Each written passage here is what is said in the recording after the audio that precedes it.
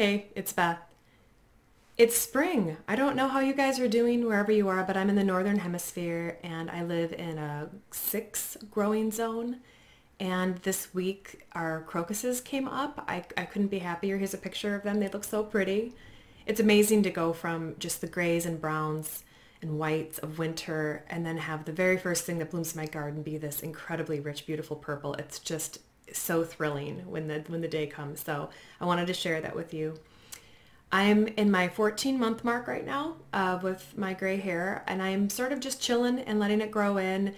I sort of I am at this point now where I don't really like need to go out and seek encouragement, but I do love watching other YouTubers with in this community because I think it's an awesome community.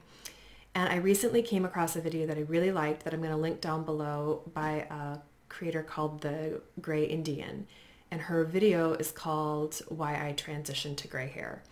And I loved her video. I'm sort of making this one as like a natural outcropping of some of her ideas.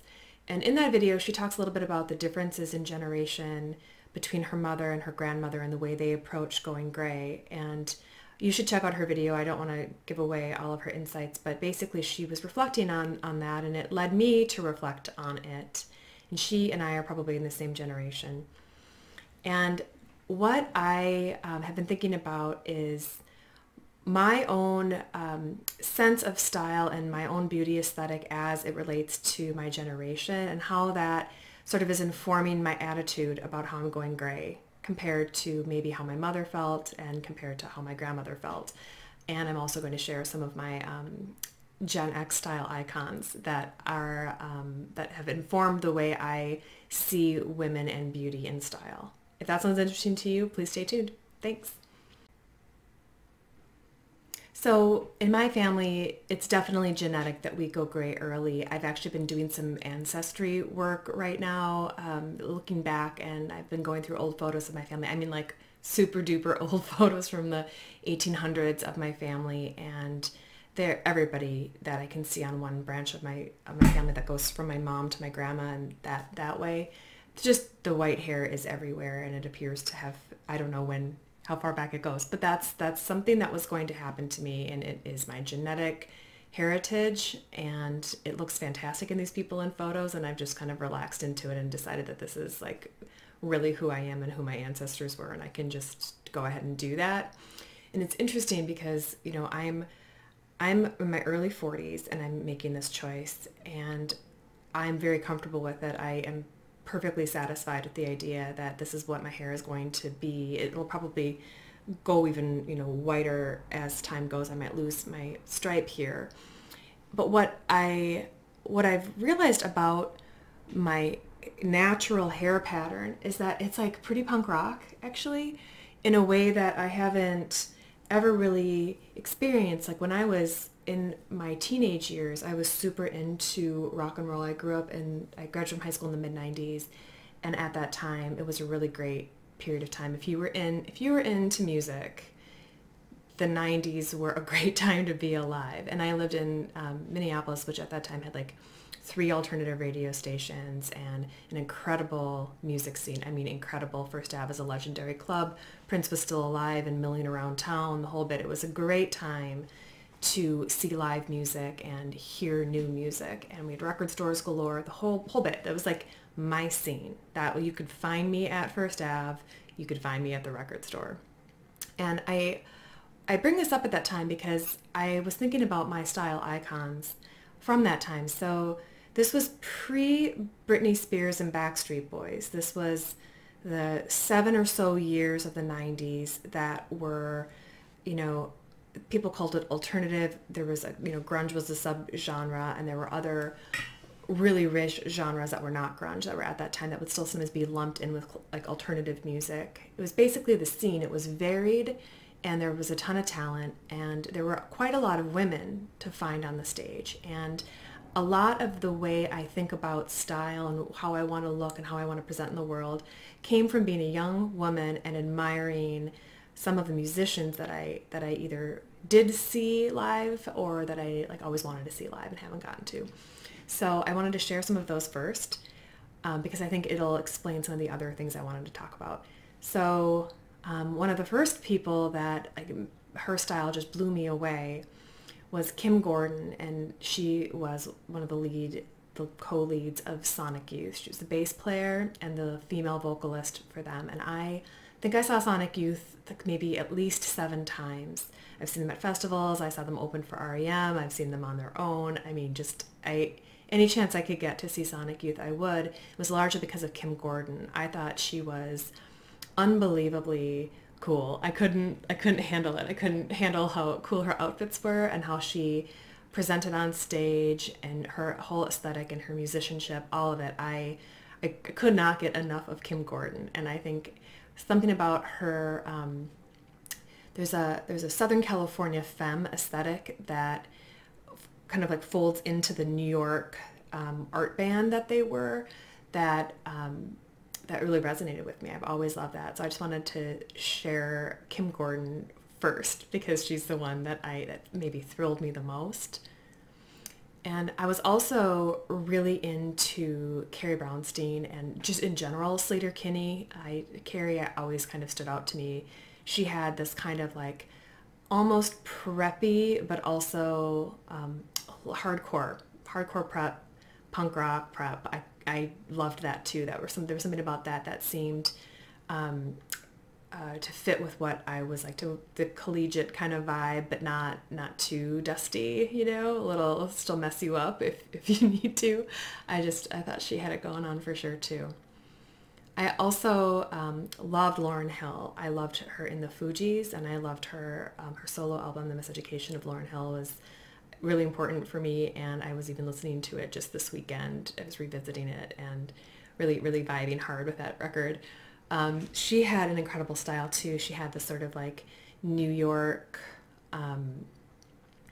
sort of hip hop, sort of Rasta look that was her own though. I don't think anyone could mimic it, and it fit with her music and fit with her brilliance, and I loved it. It wasn't something that I'd seen quite like that before, and I just loved watching her on stage and seeing her perform. It was fantastic. I also really liked PJ Harvey. PJ Harvey is wild. Her style was wild. She could pretty much do anything. There were even, this is cool, she's got this like funky kind of crow on her head, making her look a little edgier. And she also has some really great shots if you want to like look her up. There's some like really good images of her with like the bright blue kind of 1950s eye with the heavy eyeliner. Just a really good look on her as well. So she could do this kind of, she could do a mod thing. She could do a haunted English baroness, that type of thing as well. I just think she had this incredibly kind of like spooky and knowing vibe that was erotic and just ice cold, super cool. I loved her style. And then I also, lastly, have included someone who I continue to admire on a daily basis, Erykah Badu. What can you do? The first time I saw her ever was, I saw her image was on the cover of Baduism, and then I got her live album, and she had these like amazing kind of very regal head wraps, and she caught my attention. And then throughout time, she's had this like Afrofuturist vibe that is like a little space age, a little witchy, just 100% artist. And I love seeing what Erykah Badu will do next, both with her music and with her style aesthetic. So I bring these ladies up to say that these are people that I really admire. I can admire a lot of forms of beauty, but there's something about this artistic, individual and very strong expression of these women's sense of femininity and how they put themselves together resonated with me. It resonates more with me than some of the more polished looks that came after that. Like the obvious examples are like the Kardashians, that they're beautiful and they're awesome. Like in terms of that aesthetic, I love what they have done for making curves part of the conversation again, and not just something to be, hidden. So I'm super grateful to them for that. But that general look to me has not thrilled me in the way that some of like these types of style icons have. And I bring that all up to say I think that's partly why I am finding myself so okay with my hair going gray, and kind of like even delighted to find that it's so stripy. So like I've got it down now, but if you can see if I put it up, if I put it in a bun or something like that, it's really quite stripy. And it makes me, if you've ever seen images of Daphne Guinness, it makes me feel like I'm on this road to look like Daphne Guinness. I wish.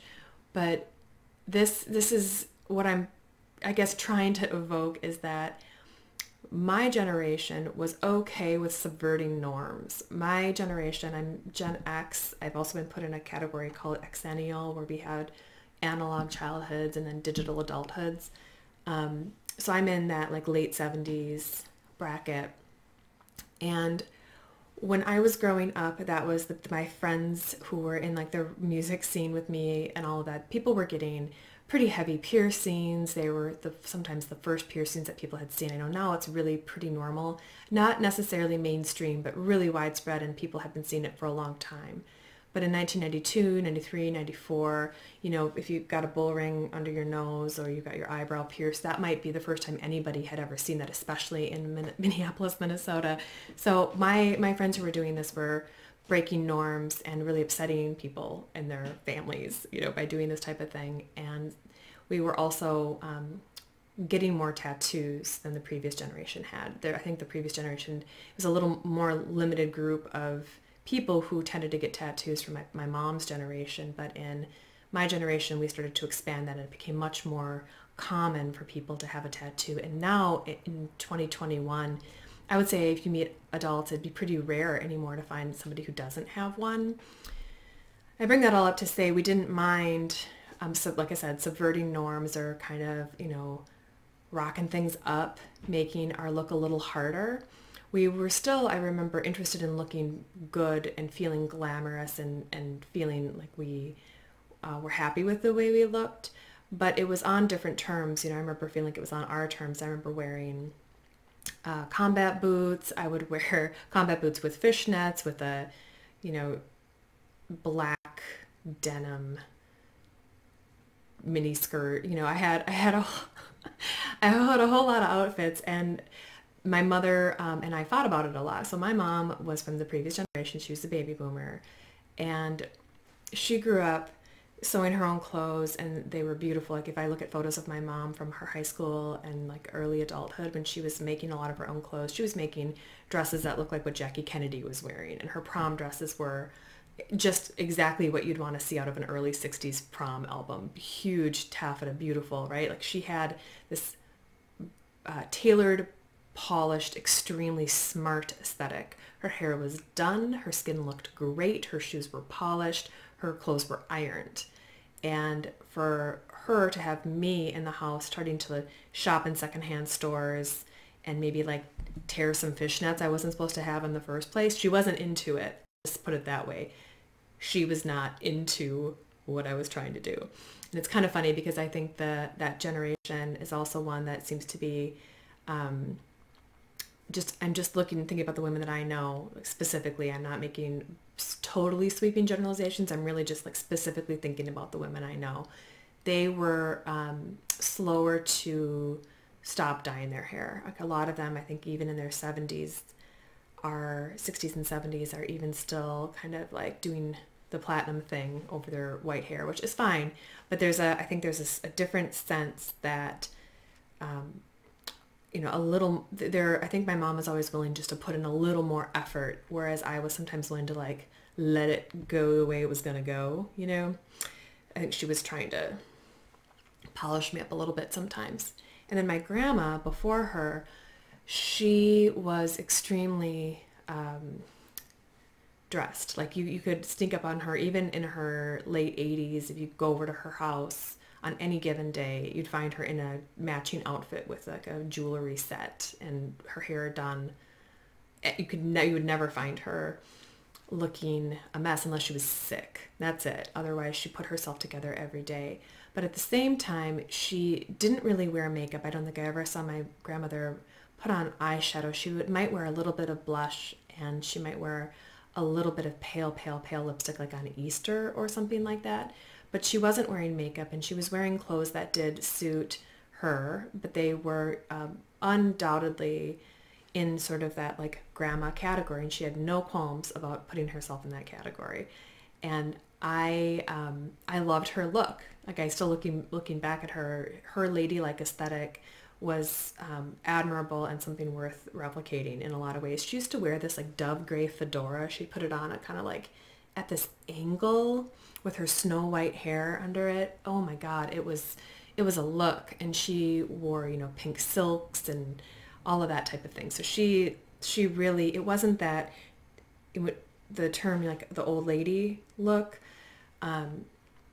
There was a glamour about it, and there was a level of presence about it that was to die for. And I will always acknowledge the fact that my grandma is also one of my style icons. I think often about like how would my grandma have done this or that. So it's funny the way that works. I do think the gray hair trend we're seeing right now is more than just a trend, and I don't necessarily think it's passing.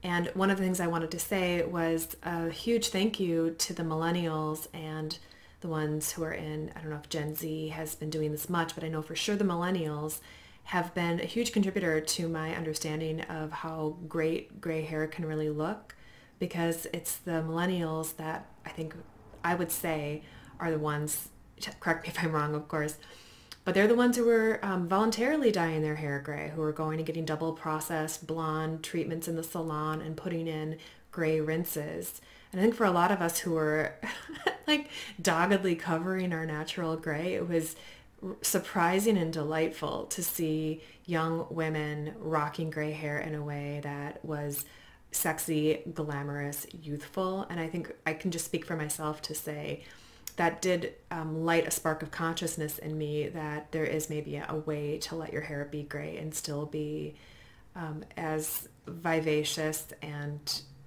stylish as you want to be. So I give a ton of thanks to the generation coming up behind us for, I think, for waking me up. I really appreciate that. So shout out to the millennials. And also, I guess I'll throw Gen Z in there too for just their general consciousness. I have a feeling from what I'm seeing from Gen Z that anything that you want to be, you can be. And I think some of that fear that we had in our generation and the generation before, that it wasn't okay to show signs of aging, I have a feeling that Gen Z is already over that. May it be so, right? Anyway, thanks again to the Great Indian for just making a good video. We're not collabing or anything like that. I just really appreciated her insight, and I wanted to share mine with you. Anyway, hope you guys are all doing well out there. I hope you're enjoying spring if you're in the northern hemisphere, or the start of fall if you're in the southern hemisphere. It's nice to see some change. Talk to you soon. Bye.